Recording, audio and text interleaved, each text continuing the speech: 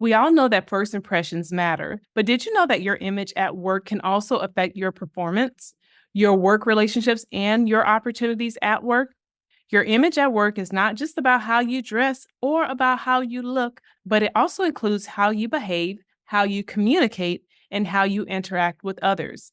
In this video, I'm going to share with you some of the benefits of having a professional and positive image at work, some of the common pitfalls that we can have that can potentially ruin our image at work, and then some of the strategies that can help us create and maintain a professional and positive image in the workplace. Hi, if you don't know me, I am Barika from Simply Unique Coaching, and I am here to help people with leadership skills as well as with professional development skills. Primarily, I focus on new leaders who are coming into the market and they have been given a leadership position, but they just don't know exactly what to do. But I also help with professional development because as a leader, I have worked with people who have needed professional development skills, as well as an employee. I have also had the opportunities to develop myself as well. So I want people to be as well suited for the jobs that they want to have so that they can be their best when they get there. Okay.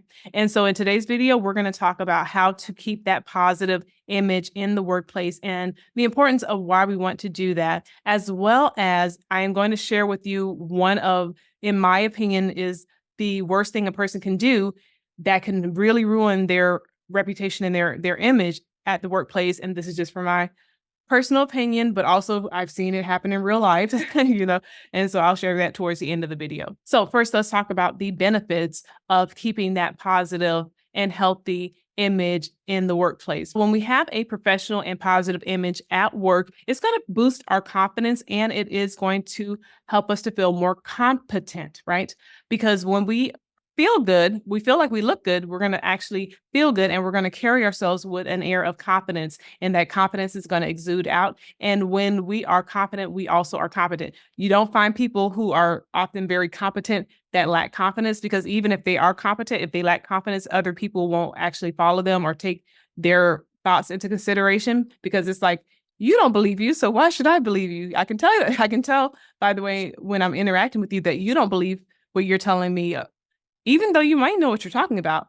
But if people can feel that, then they're not going to take into consideration your thoughts and your ideas. So we want to ensure that we are dressing in a way that makes us feel confident and competent, but also not just dressing, but also carrying ourselves in a way that makes us feel like we know what we're doing and we know what we're talking about. And I know that in today's day and age, a lot of people struggle with imposter syndrome. And sometimes you do have to work at some things to develop that confidence, because the more that you do it, the better you're going to get at it. Like there's this quadrant I remember I learned in a dance class, but I really feel like it applies to anything with learning. It's like, first of all, you don't know what you don't know. And then eventually you get to the point where you start to know that there's some things you don't know, but then eventually you start to learn some things.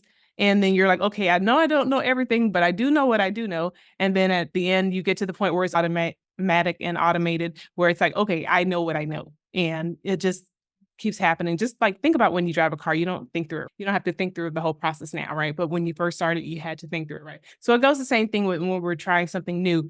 But when we get to the point where we've been in it for a while and we actually know what we're talking about and know what we're doing, we want to make sure that we are dressing the part that makes us feel good about ourselves, so that we can ensure that we are showing up and exhibiting the best version of ourselves in the workplace. Also, when we have those professional and positive images at work, it's going to improve our relationships with our key stakeholders as well as our team members. So when I say our key stakeholders, I'm talking about like our leadership, our peers, our team members, our clientele, maybe some other lateral areas that we may work with, departments or customers or other businesses that we may be interacting with. And so when we have that professional image, it's going to come across as well to them, and they are going to see it. Now, for the perfect example, have you ever seen somebody come to work and they're frumpy and they're just like that person has to be super really really really good at their job for people to still say, okay, this is just Francis, and just Frances does her thing, but she knows what she's talking about. So it's like almost like you're creating another hurdle that you may have to have other people jump over. It's like almost an unnecessary hurdle, because if you look and feel your best, then people tend to think that you care about yourself. There's this one story that talks about like broken I forgot it was what I think it's called like the broken glass something, but it was talking about in the neighborhood, how can you tell if a neighborhood is a good neighborhood or a bad neighborhood? If you go through the neighborhood and it's swept and it's clean and the streets look nice and it's well manicured, and you're like, okay, people actually care about this neighborhood. So if I move into this neighborhood or even if I visit this neighborhood, maybe I want to bring my best behavior with me. But then if you go to another neighborhood where there's like a broken glass, and you can see overrun like vines and all that kind of stuff. And it's not just one house, it's like happening to other houses as well. Then you're like, okay, well, these people really don't care as much about their neighborhood.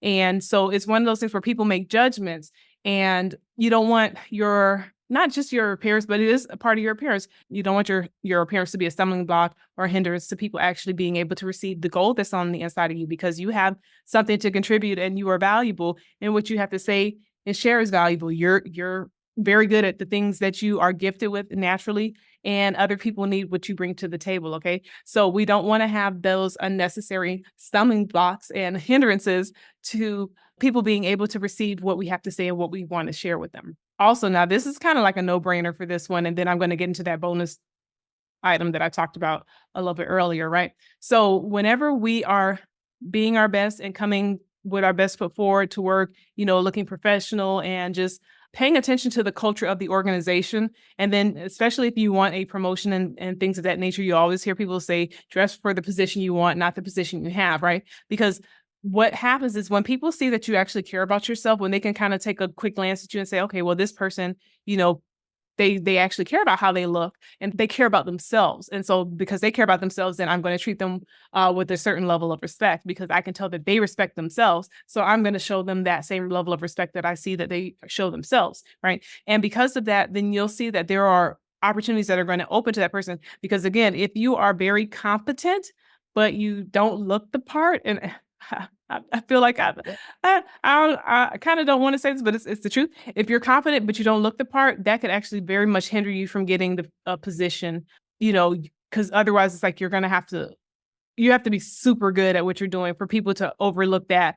Because sometimes people may actually hold out on hiring because of the fact that they may say, well, this person knows what they're doing, but I don't know if they can represent our company. Like if I had to send them across the country to go represent our company, they come to work with a hole in their shirt or, like it can be that kind of thing. And I'm not just talking about aesthetic look. I'm talking about more about, do you look like you care about yourself kind of thing? And if you don't, then people may treat you as such. So it could keep you from getting opportunities that really you may deserve, and we don't want that to be a hindering block. And, to each his own, do what you want to do, that it's on you. But I'm just telling you how things kind of function. We hate to say that some things can be superficial, but at some points they really are. And it's not necessarily, I don't think it's always that, like people are looking for a certain look. They're observing and they're determining, do you care about yourself? And if you care about yourself, then we would expect not to see a million holes in your shirt. We would expect not to see your hair all disheveled and all over the place every day, right?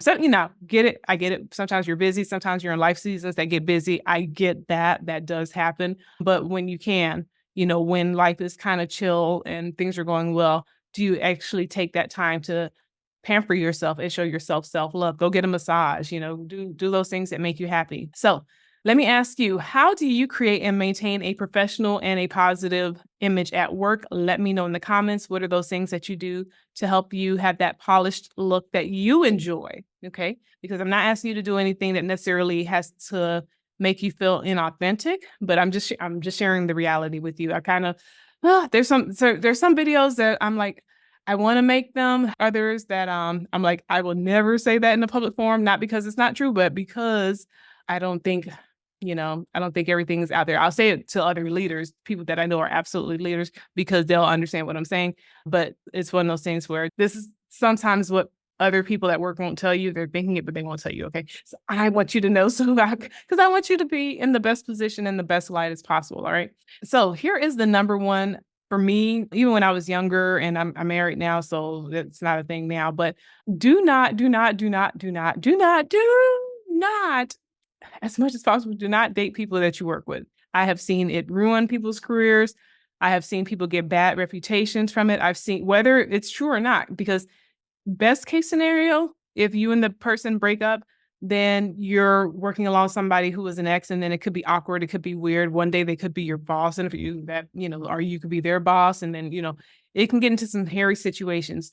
Worst case scenario, they can go blabbing all your business, whether it's true or not, and spreading rumors about you at work, and it's just for me, I love to have a separation between work and personal life. Like of course, sometimes you might get some friends, that you work with, but even with that, I was very, very cautious. But I did develop friendships with some people that I worked with, but it was like it was mutual. The relationships were mutual. But dating, do not you can do what you want to do. You can do what you want to do. I do not recommend dating coworkers. Yeah, yeah, I've seen it really, really either be awkward. I I don't even I'm not even gonna get into the story. I've seen it become really, really awkward, really, really emotional. People playing games, playing with other people's hearts, just like people's reputations getting dragged into the mud. Just you see people that don't have anyway. I'm not even gonna go in there in my videos, but I've seen some stuff. Okay, let's just say it that way. All right. So with that being said, thank you for watching this video. I hope you found it helpful. If you choose to date your coworkers, just, sometimes it does work out, but those are the exception and not the norm. Okay. So if you're feeling lucky, then, do you. But I hope you enjoyed today's video. Give it a like if you enjoyed it and help it get pushed out by the algorithm because there are other people that I know would enjoy watching these videos. And for me, it's just a pleasure to teach and to help people grow and grow and to become a better version of themselves. I really do want people to be able to have success in the workplace and to enjoy being at work. Okay. With that being said, make it a great day. Go out and be the best version of yourself and make sure you show yourself some love this week. Take care. Bye.